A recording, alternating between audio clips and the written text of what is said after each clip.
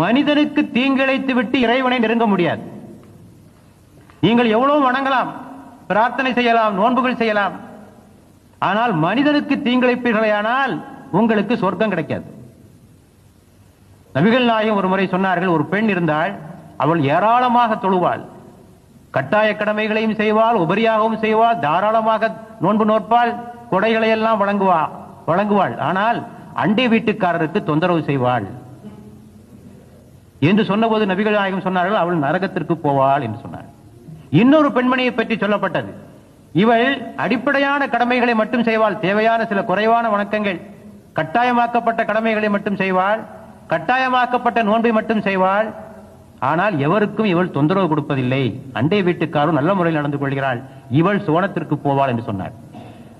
ஆக மனிதனை கொடுமைப்படுத்திவிட்டு சோனத்திற்கு செல்லலாம் என்ற பேச்சுக்கு இடமில்லை.